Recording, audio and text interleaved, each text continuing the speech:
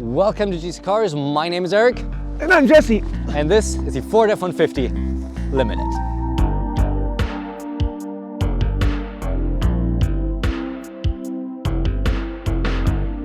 All right, so F-150. This is the hybrid, the not plug-in hybrid, just general hybrid, right. And of course it's over 100 grand, as top spec trucks are these days. But before we get into all the nitty-gritty details, let's take a look at the exterior first. Azure gray metallic is the color. Blue. It's blue. There's a bit of gray in there. I thought so too, but once you color pick it on like Photoshop, it's actually gray. And Fair. I love this spec. I love this spec. It's a nice color. Because it reminds me of like 50s and 60s cars. I think like a Ford Thunderbird. We have like the bright blue with the chrome and the white, and especially with the interior. Yeah. Which you're gonna see a bit. I think this is kind of handsome. This is a great looking truck. It is. I'm a fan of the facelift F-150. Yeah. What year? So that's a funny thing, because what Ford does with the F-150s is the big visual change is in the refresh. Right. And then the new generation looks kind of similar. Right. And then the refresh looks a lot different. So while it changes mechanically a lot, then it changes visually, then it changes mechanically. They don't do it at the same time. So this is a new gen from, I think, 2 years ago. Right. I'm a big fan of the headlights. The overall front end looks really nice. Yeah, it's a very modern looking truck. Yeah. We've got, of course, big rims, as we always do on, Yeah. on trucks. PowerBoost. It's cold out here. It's hard to speak. PowerBoost. We got our nice little Exactly. We got the steps. step ups that retract when you open the door. And as all the domestic cars, they honk at you if it's on and you close the doors. It's very annoying.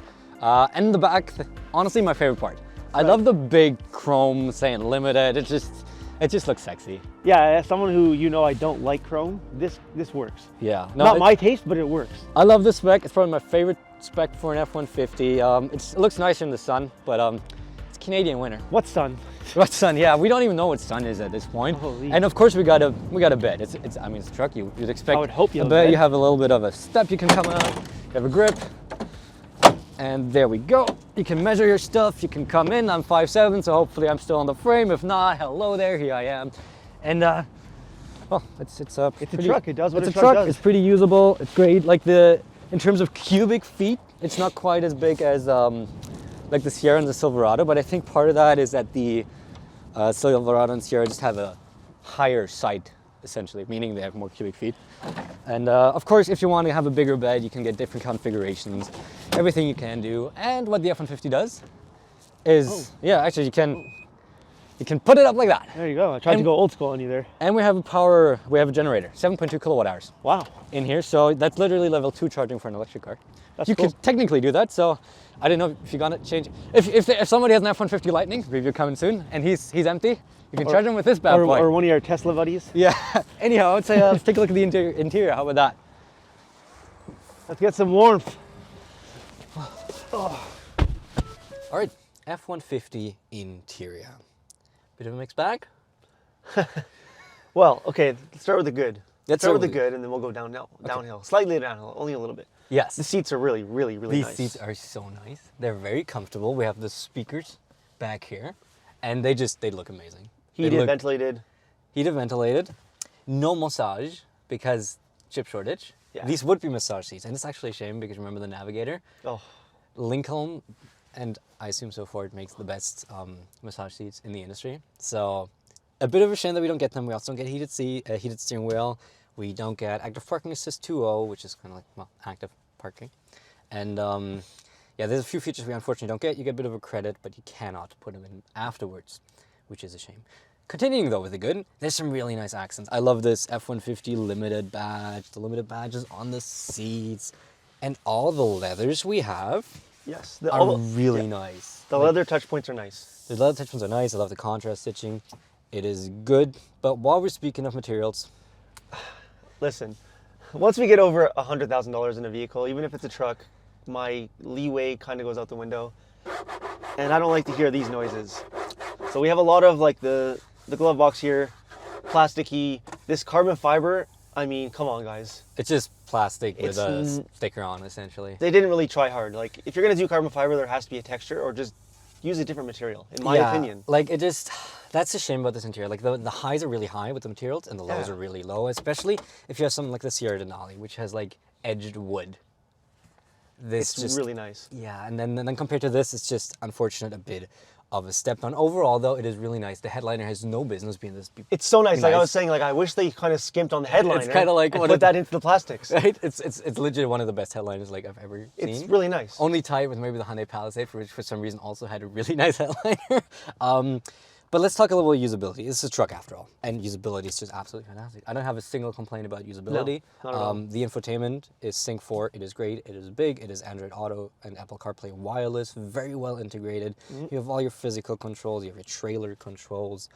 You have the digital gauge cluster, which I love, especially if you switch the drive modes. It just looks really cool. See all the animations you got in there. You have super customizable trailer controls. If you need some more space, you can put down the shifter, get your workspace right here for a laptop, for a checklist, whatever you For need. a Big Mac, you know. For a Big Mac or a chicken Big Mac. No, The yeah. chicken Mac, it's probably not going to be, it's not going to exist anymore once this video is up. Yeah, probably. There used to be a chicken Big Mac in Canada while we're filming. Don't eat it in a car. It's too messy. Oh God, do not. And yeah, no, honestly, this It's is spacious. Oh God, especially the rear seats. Yeah. Like the rear seats, you cannot get more space than that, pretty much. And it's a very nice space to be, but it's just there's a bit of cost cutting at the wrong places, which just hold this back from being like a top of the class interior. As is Sierra Denali, and probably new Silverado, although we haven't been in a high country, just beat this out in terms of niceness. But usability is absolutely fantastic. Okay, anything else you want to say about the interior? Oh, not really. I mean, we've said Pretty much we've everything? covered it. All right, well then, let's hit the road. All right, now out in the F-150 Hybrid. As always, let's start off with an acceleration run. Sport mode, traction control off, brake torque. Whoa, okay. Not bad. Not bad. Not bad whatsoever. Okay. Yeah, this goes. What's the 0 to 60 time? Do you know? It's about 5.5 seconds, 0 to 100, which honestly for a truck that weighs almost 6,000 pounds is quite sporty. Quite sporty, I would say, but I mean, this is a truck. It's not really meant. You're not drag racing. Exactly. You're not really drag racing these, although apparently the V6s are pretty potent. You can tune them high. But aspect, we have 430 horsepower and 570 pound-feet of torque from the 3.5-liter twin-turbo EcoBoost V6, mated with a front electric motor that is powered by a 1.5 kilowatt-hour battery. Like I said, this is just a hybrid, not a plug-in hybrid, so we just occasionally drive electric. It can drive all electric though, which is I think it's doing right now. Yes. And now in a second, here comes the engine, and we go back up to speed. No complaints about the drivetrain, No. personally. This drives pretty well. Fuel economy sits at about, depending on where you drive, like in the city it's a little better. I find I can average between 11 to 12, maybe just over 12 liters per 100 kilometer, which is fine. What this hybrid system also fixes, what I didn't like in the Tremor, was the peakiness of the engine and very kind of torquey. Right. So you always get like so much power, while the naturally aspirated V8s, and probably the V8 you also can get in this F-150, well not in the Limited, but in other F-150s, it's just a little smoother. This one's nice and smooth. I like how it drives. And towing capacity on this car, I think you said it was 11,300 pounds, right? Yeah, 11,300 pounds is actually really good because You're it's not going to need much more than that. No, and unless you do like a Super Duty, but it's like 2,100 pounds more than the Sierra Denali has, for example. So if you need a tow, Right. F-150 is kind of the way to go here. But how about we do a bit of a handling test? Let's put it back in sport. Why do we do the handling tests? Because it's fun. Why not? Exactly, that's the spirit. Come on, Come on, green light. come on. Green light. Before the other cars come. Red light, green light. What is this? Hunger. What's that show called? Squid Game. All right, let's see what we got, Mr. F-150. That was Power me tight. out, power me out, power me out. Nice. All right. We could, luckily, thanks to the weather being decent today in terms of street conditions, we're able to push it a little. Understeer initially, and took a second to give me that downshift. Powered out. It's a truck. I don't care. Right. I just love doing it because I love being a silly little boy. Do we want to swap seats? Sure. Let's swap seats. It's a very smooth truck. I mean, It's nice, eh? handles the bumps. This is why you want a truck. It's just smooth, it's effortless. And honestly, like some people talk about, size, but it's big. Like I don't mind the size, you get used to it really. And I know there's a joke. Sometimes size matters. I saw it in your face. You were setting yourself up for that I saw it in your face. You I were was like waiting for my so moment. ready, and I was just like, anyhow. But yes, It's smooth. it's smooth, and for the most part, so is the ride. Most on smooth pavement, this is pretty nice. But if you get the F-150, you just gotta know that one of the cons will be the ride quality won't be as nice as something, for example, a Ram will offer you, and that will just drive significantly nicer on roads like these. Because sometimes you still, when there's imperfections in the road, especially when you hit like a pothole, Yeah. the rear likes to get upset a little bit. It's just like it starts to wiggle a little bit. It's not like you have to control it, but you just feel that movement, and it's not pleasant feeling when the rear is just kind of like a little twitchy. Sometimes it's quiet though. It is quiet. It's definitely. I mean, we took a longer road trip than 300 kilometers. We drove 300 kilometers in this yesterday, and it's just nice. It's just nice to be in. It is smooth. It is quiet. The ride quality, like I said, is for the most part pretty good. But there's really nothing wrong. There's nothing wrong with none at all. There's not at all. nothing wrong with this F-150. There's just really tiny little minor things like the interior, tiny little minor things like. But one more thing we need to talk about is tech, and that is especially when you look at the Sierra Denali, that has Super Cruise. Super Cruise is about as good as an autonomous driving system as you can get right now on the market in North America, and it works really well. Now we have sort of, kind of, Blue Cruise. Blue Cruise is very confusing as a system because this, for example, in the settings, mentions semi-autonomous driving, hands-off driving. But Yet, it never ever once activated semi-autonomous driving. I've had the same thing happen before in a Mach-E where I thought, oh, it has Blue Cruise. Never activated. Turns out it doesn't have it, even though all the graphics, all what it says is the same. So it's just very confusing. The semi-autonomous system, honestly, it drives well, but it just have no idea when you're actually hands on the steering wheel. You have to really push that steering wheel, which negates any benefit.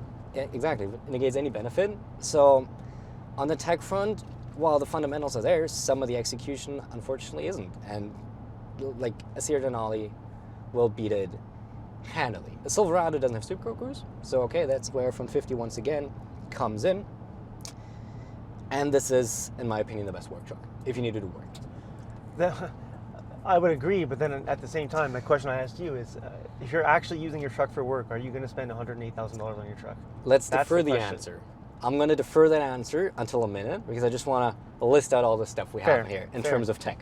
Because we have, first of all, we have the generator we spoke about, right? So you Yep. can power quite a bit of stuff for 7.2 kilowatt hours. You have a scale. You can literally measure how much payload you have in the truck or in the bed, just so you know, okay, how much load can we put in if you, I don't know, whatever you're logging, but or whatever you're hauling, but might be pretty heavy. We have, let me just give the features. We have the zone lighting, so you can illuminate everything around you if you're in the dark, if you're somewhere, maybe you're setting up, maybe you're on a workplace, that's at night, you're working somewhere. You can illuminate everything. You have all the smart hitch things. You have a lot of features that just no other truck offers such a wide variety of tech that is geared towards professional working, that is geared towards, you know, a workman or a working person somewhere. But to get back to your answer, this is $108,915 Canadian. That isn't cheap. That is far from cheap. The Sierra Denali runs you around $103,000. That is the Sierra Denali Ultimate, which will also have massaging seats, despite the chip shortage, which he'll have Super Cruise despite the chip shortage. To be fair, that might not be super easy to get. Right.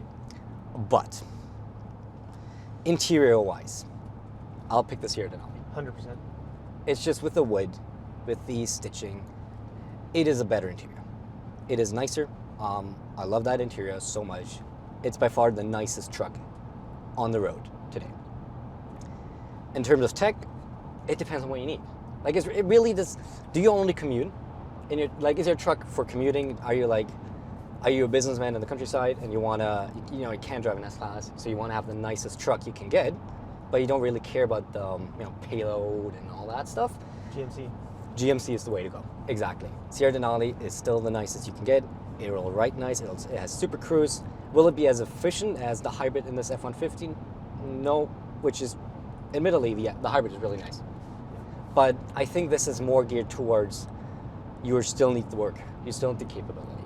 You have that additional payload. You have that generator. You have all this stuff that makes this probably the most work-focused truck. Now it's 108 grand. I mean, and it's really nice too, you know, just throw some log in the bag. Do you buy this trim? That is the question. Right? You can always go lower.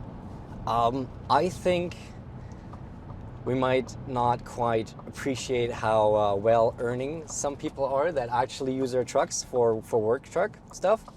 But I see this trim specifically, like you're talking about the above $100,000 price range. I see this as a truck that someone like a project manager would probably use. Right. Maybe they need the capability occasionally. Right. But they want to have it, and they want to have the peace of mind, and maybe also not to talk down on people, but maybe the bragging rights of having the capabilities. I mean, everybody buys. We don't really buy vehicles we need. Of course. We buy vehicles we want, and that includes the capabilities, like all the off-roading SUVs. Yes. Nobody will go off-road with those. We It want to looks have cool. the capabilities. So that's where this. I totally see the market.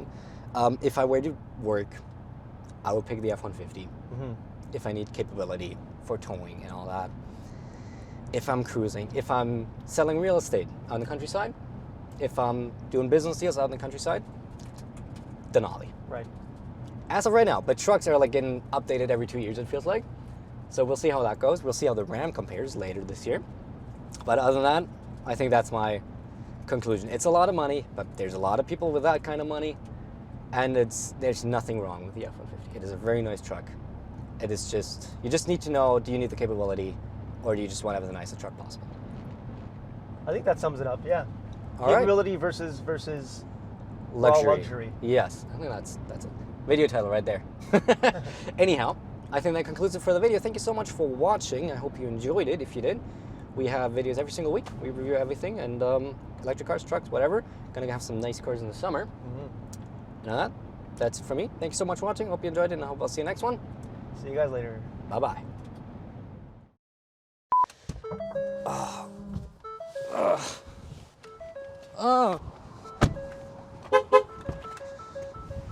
Oh boy.